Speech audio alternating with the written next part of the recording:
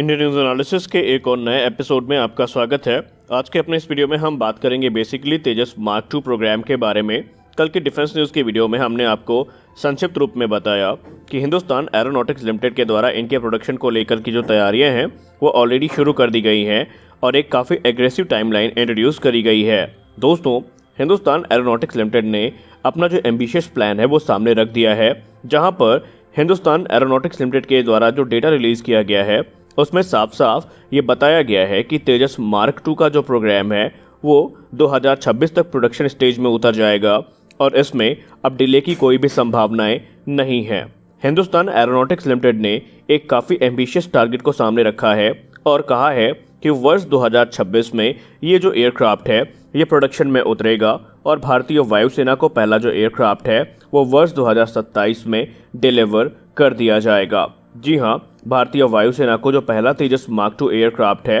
वो 2027 में डिलीवर किया जाएगा और पूरी रफ्तार के साथ इंडियन एयरफोर्स की जो रिक्वायरमेंट है वो हिंदुस्तान एरोनॉटिक्स लिमिटेड के द्वारा पूरा करने का प्रयास किया जाएगा। रिपोर्ट्स ये भी बताती हैं कि न सिर्फ तेजस मार्क 2 का जो प्रोडक्शन है उसे वर्ष 2031 से 32 तक कंप्लीट करने की टाइमलाइन को सेट किया गया है, बल्कि इसके बाद जो समय बचेगा उसमें तेजस मार्क 2 के जो एडिशनल वेरिएंट्स हैं जो प्रपोज किए गए हैं उन पर काम शुरू किया जाएगा। जैसा कि रिपोर्ट्स ये कहती हैं कि वर्ष 2026-27 के बीच में जो इनका प्रोडक्शन है वो शुरू हो जाएगा और वर्ष 2028 से जो डेवलपमेंट प्रोग्राम है, प्रोडक्शन प्रोग्राम है, वो पूरी रफ्तार को पकड़ लेगा। वहीं कुछ रिपोर्ट्स तो ये भी दावा करती हैं कि हिंदुस्तान एरोनॉटिक्स लिमिटेड इस समय अपने एयरक्राफ्ट मैन्युफैक्चरिंग रेट को या प्रोडक्शन रेट को भी अब स्केल अप करने का तैयारी कर चुकी है। इनिशियली रिपोर्ट ये कहती हैं कि जब तेजस मार्क 2 का डेवलपमेंट शुरू किया जाएगा तो 20 एयरक्राफ्ट प्लस पर ईयर के हिसाब से मैन्युफैक्चर किए जाएंगे या प्रोड्यूस किए जाएंगे,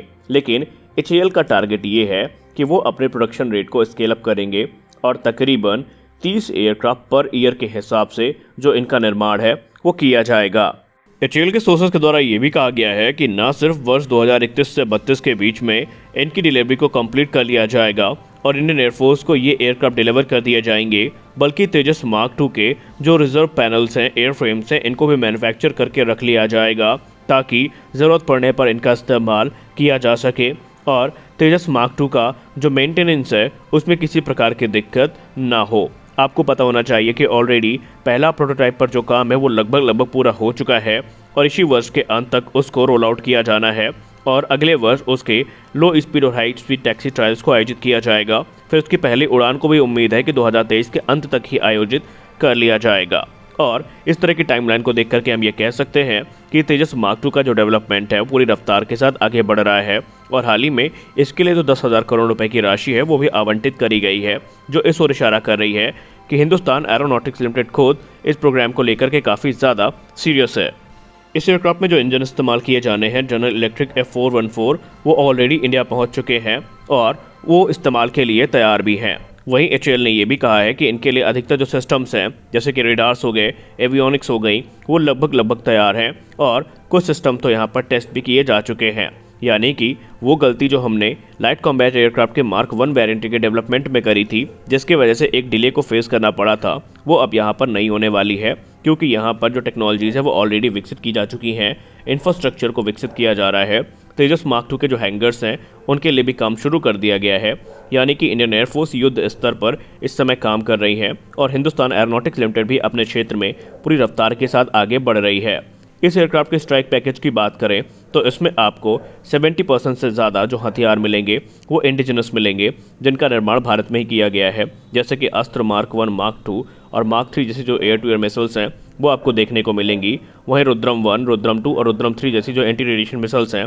वो भी आपको यहाँ पर देखने को मिल जाएंगी। इसके अलावा सुपरसोनिक क्रूज मिसाइल ब्रह्मोस भी इसके स्ट्राइक पैकेज का एक हिस्सा होगी, जो कि इसकी लेथैलिटी को और भी ज़्यादा बढ़ाएगी। रिपोर्ट्स ये भी क्लेम करती हैं कि इसमें संभावना ये भी है कि MBDA की जो मीका और मेटियोर्स हैं वो भी इसमें इस्तेमाल की जा सकेंगी, जो कि काफ़ी एम्बिशियस प्रोग्राम है और अगर ऐसा होता है तो निस्संदेह लाइट कॉम्बैट एयरक्राफ्ट तेजस मार्क 2 की हम बात करेंगे तेजस मार्क 2 की, तो इसकी कैपेबिलिटी अपने कैटेगरी में काफ़ी ज़्यादा इन्हेंस होने वाली है और पहले ही डिफेंस एक्सपर्ट इसको राफेल की क्लास का एक एयरक्राफ्ट घोषित कर चुके हैं, क्योंकि इसकी जो स्पेक्स सामने निकल के आई हैं वो कहीं से भी राफेल से कम नहीं है और इसके आने के बाद भारतीय वायुसेना की ताकत में इजाफा होना तो तय हो ही चुका है। इंडियन एयरफोर्स पहले ये कह चुकी है कि वो तेजस मार्क 2 की 6 स्क्वाड्रंस को लेकर के प्रतिबद्ध हैं, लेकिन आडा के हालिया बयान में ये पता चला कि अगर इंडियन एयरफोर्स की रिक्वायरमेंट बढ़ती है और इंडियन एयरफोर्स और भी एयरक्राफ्ट की तरफ जाना चाहती है तो वो तेजस मार्क 2 के इन्हेंस वेरिएंट को भी डेवलप कर सकते हैं,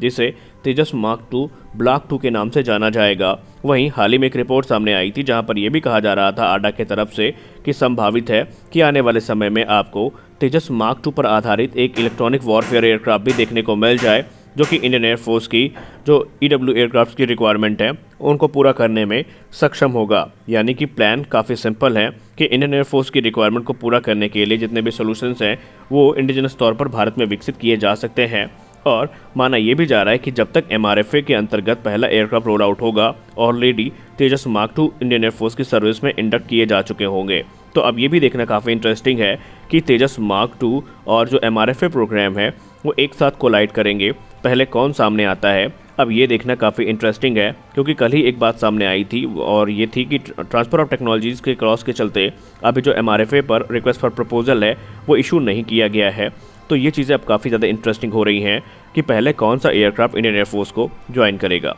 फिलहाल के वीडियो में बस इतना ही, मिलते हैं अपने अगले वीडियो में, तब तक के लिए जय हिंद।